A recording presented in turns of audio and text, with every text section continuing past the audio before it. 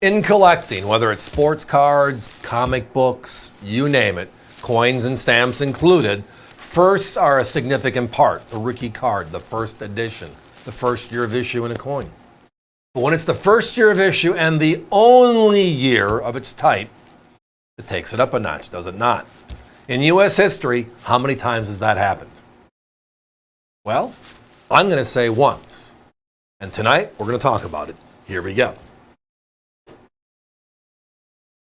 So, in 1921, the public, collecting public, positions itself to the U.S. Mint. We would like to make a new silver dollar to celebrate peace, the end of the war of all wars at that time, World War I. We just couldn't decide on the design. So they made the Morgan for a while, and while they were working on the design, they kind of perfected the front. We're going to change from that Morgan dollar look, which is the 1800s, to the brand new 20th century, the last coin of President Theodore Roosevelt's coin renaissance, and we're going to make it special. So we go to the Statue of Liberty look. Obvious, right? The reverse, this design was the reason why it got stuck. On the back, the eagle, everybody liked it, but on all of our eagles throughout the 1800s, they always had arrows in their talons, their claws. Well, doesn't that kind of signify war, was the argument? And this is a coin of celebrating peace, the opposite. So at some point, somebody said, let's put an olive branch there. And they all said, yay. And then, by the way, the coin moved forward. In U.S. history, going back to one of my earlier comments on this, once, a first year of issue, and it was only done once. This is the coin. The only done once was the artistic interpretation of the coin, was to make the coin what they call high relief, which means the main image, the eagle here, is higher than the rim of the coin. On the front, the Statue of Liberty, Liberty herself, is above, the high points of her are above the rim of the coin.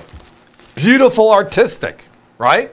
I mean, we had in 1916, the Renaissance was the Mercury dime, standing Liberty quarter, walking Liberty half dollar.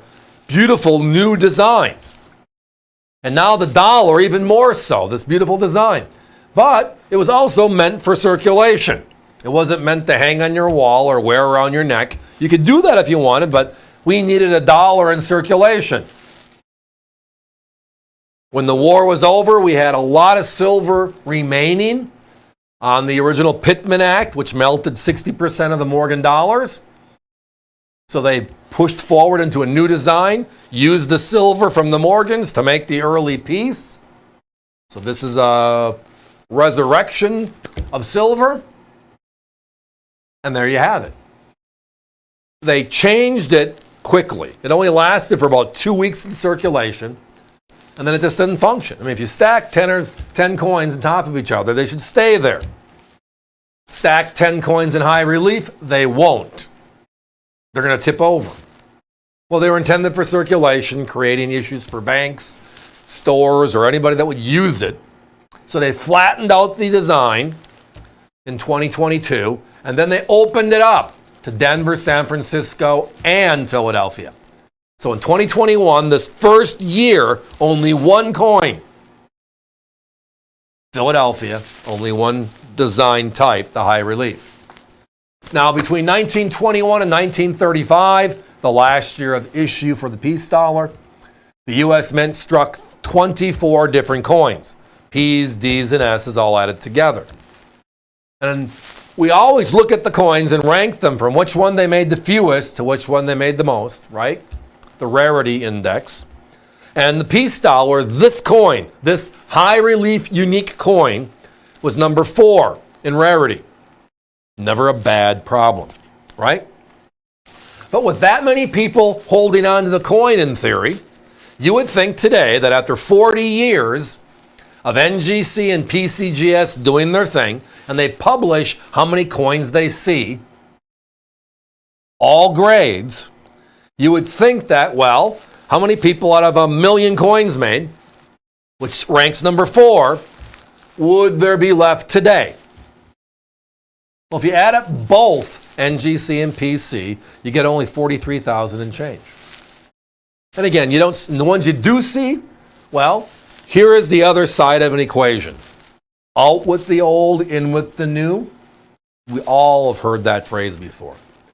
But when you're working with coins or paper money or stamps, what do we gravitate towards? We want to circulate the brand new stuff when we see it. So traditionally, you see the 21-piece dollar just heavily worn, somewhat ugly, grayed out, etc. Because you expect a coin that's over 100 years old, that's what it should look like. Well, there were a few collectors that found the coins, set them aside, and today they survived. And now we can take a look at them and say, wow. Here's another thing to compare. And guys, give me a 1-minute clock, please. In 2021, we celebrated the 100th anniversary of the first piece dollar, as well as the last Morgan. Big deal. The U.S. Mint, for the second time in U.S. history, made a legal tender coin in high relief. It happened to be the 2021 piece dollar. 200,000 of them were made, sold out instantly on August 10th. What does that coin sell for today? 200,000 coins in the last few years, right? Quick sellout. My competition's between $3.99. I've seen them $4.29, $4.49. Finding them is just almost impossible. 200,000 coins. We talked earlier where NGC and PCGS together in 40 years have only seen 43,000 of this coin. That just makes it special. It's special because it's the only one of its kind. The only high relief coin, period. They've made medallions for collectors, but for coins in circulation, only one high relief exists. You're looking at it. With my competition driving over 600, we're less than half in this beautiful presentation. It is worth every penny. Give us a call.